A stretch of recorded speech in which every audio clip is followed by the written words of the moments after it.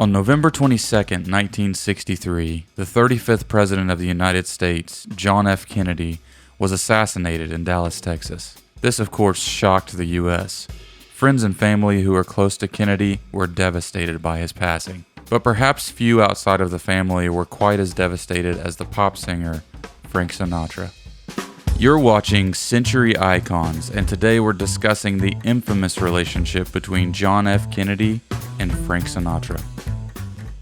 It's not clear when Sinatra and Kennedy initially met, but it's thought to have something to do with the marriage of singer Peter Lawford to JFK's sister, Patricia, in the early 1950s. Lawford was a fellow performer and friend of Sinatra's in a group of entertainers which was known as the Rat Pack, so it's easy to see how Sinatra and Kennedy might have bumped into each other organically. Kennedy had just started his congressional career around this time, being elected to the House of Representatives in the late 40s and winning a seat in the Senate in 1953. This means that Sinatra would have been around for the majority of Kennedy's rise to prominence in the early 50s, and it became evident that he was pretty bought into the JFK journey. Now, it's said that Sinatra either loved you or hated you, but there was no in between.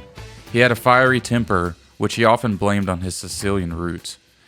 By the time rumors started circulating of the possibility of Kennedy making a run for presidency, Sinatra's involvement would have been cemented enough to make him an easy choice for a celebrity endorsement. And that's exactly what happened. In 1960, Kennedy attended a Rat Pack show in Las Vegas at the Sands Hotel, where Sinatra performed regularly. Sinatra was the epic performer of his time and could get anyone who was at his show engaged with his words and demeanor. He saw Kennedy in the crowd that night and, during the show, decided to introduce him as the next president of the United States. This was evidently a public relations stunt to help build rapport and funding for Kennedy, as Sinatra was one of the most influential and high-profile celebrities of the day. It marked a public intersection of politics and entertainment that was rare for the time, and highlighted a bond between the two luminaires that reached its peak over a wild campaign season. But Sinatra wasn't just performing Kennedy's PR work out of a selfless desire to help out a good friend. He saw this as an opportunity to build legitimacy with the American public that other artists of the time didn't necessarily have. Sinatra was all in, hosting fundraising dinners, letting Kennedy use his private jet, even changing the chorus of his song High Hopes to say "Vote for Kennedy." He pulled out all the stops. In 1962, Kennedy planned a visit to Palm Springs, California, where he would stay at Sinatra's mansion. Ahead of the visit, Sinatra built a presidential suite complete with a helipad. Unfortunately, though, the room would go unused as the Kennedy campaign grew uneasy about Sinatra's alleged mob ties. Sinatra repeatedly denied any connection to the mafia, but the rumors persisted. At the time that all of this was taking place, Frank was planning his next film, but he also had other plans in mind. He wanted to end the Hollywood blacklist. The Hollywood blacklist was an entertainment industry blacklist put in effect in the mid-20th century in the United States during the early Cold War. It banned some who were considered communist sympathizers from getting work. One of those blacklist names was Albert Maltz, and he just so happened to be friends with Sinatra. In 1959, Frank Sinatra attempted to lift the blacklist for his friend by announcing that Maltz would pen the screenplay for his proposed adaptation of The Execution of Private Slovik. This didn't do much to help the relationship between the presidential candidate and the Hollywood icon. The political backlash from this announcement was so great that Sinatra had to drop the project. On the right, figures like John Wayne condemned Sinatra for supporting communists, while on the left, Kennedy worried that engaging the blacklist would at the least distract from his campaign and at the most sabotage it. The Kennedy camp felt it was safer to stick with Bing Crosby instead. In the end, Sinatra's over-enthusiastic endorsement did end up paying off for Kennedy and Sinatra for a short time, with both parties rising meteorically.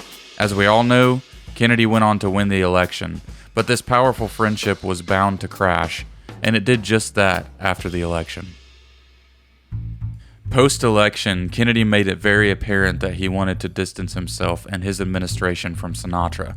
There have been a lot of wild rumors and theories over the years as to why this was.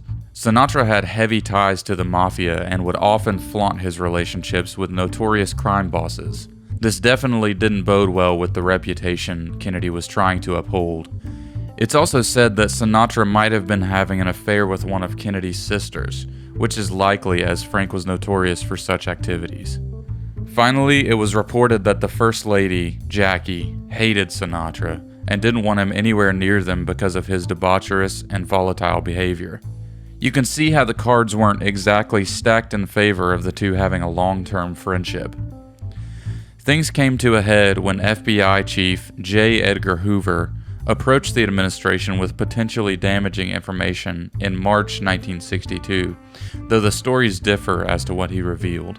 One account is that Hoover shared recordings of Judith Campbell's call to the White House, as well as those to Chicago outfit boss Sam Giancana, tying the president to one of the most notorious gangs of the time. Giancana was often invited to Rat Pack shows by Sinatra himself, so this theory is not too far of a stretch. Another is that wiretaps revealed Sinatra to be discussing his affair with JFK's sister Pat, an affair undertaken with the purpose of influencing the administration into easing off the mob, though this theory is likely a myth. Whatever was learned, Sinatra was immediately out of the Kennedy circle for good. Peter Lawford was told to break the news to the volatile entertainer, and as expected, it didn't go over well. Naturally, Sinatra wasn't happy with this news and immediately became enraged. Lawford's former wife, Patricia, told reporters later on that Peter tried to cover it up, saying things like, "It was for security reasons, Bing's house is a little more secure, but that's all bull. It wasn't that at all, and Crosby was a Republican. So Frank just blamed the whole thing on Peter," said Patricia. After the news had been broken to Sinatra, he took his anger out on the presidential suite that he had built and the helipad that he had constructed for JFK's visit. In his anger, Sinatra reportedly kicked in the door of the presidential suite and attempted to pull the gold nameplate off the door. Apparently, he took a sledgehammer out to the helipad and proceeded to bust it up after he learned the news that he was no longer accepted by the Kennedys. He also took out his anger on the messenger, cutting Lawford out of the future Rat Pack projects. This ended the short but emotional relationship between two of the most prominent figures in the 20th century American culture.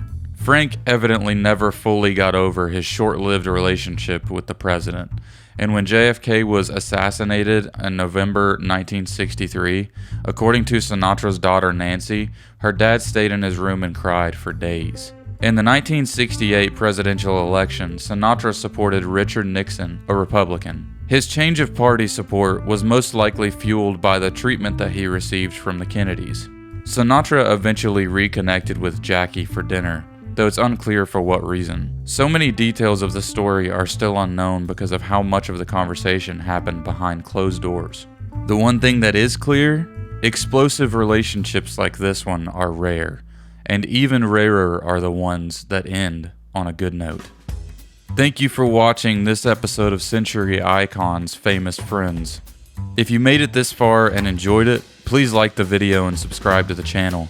If you have any more explosive celebrity relationships that you'd like to hear me break down, or fascinating stories from the 20th century, please drop a comment down below. We'll see you next time.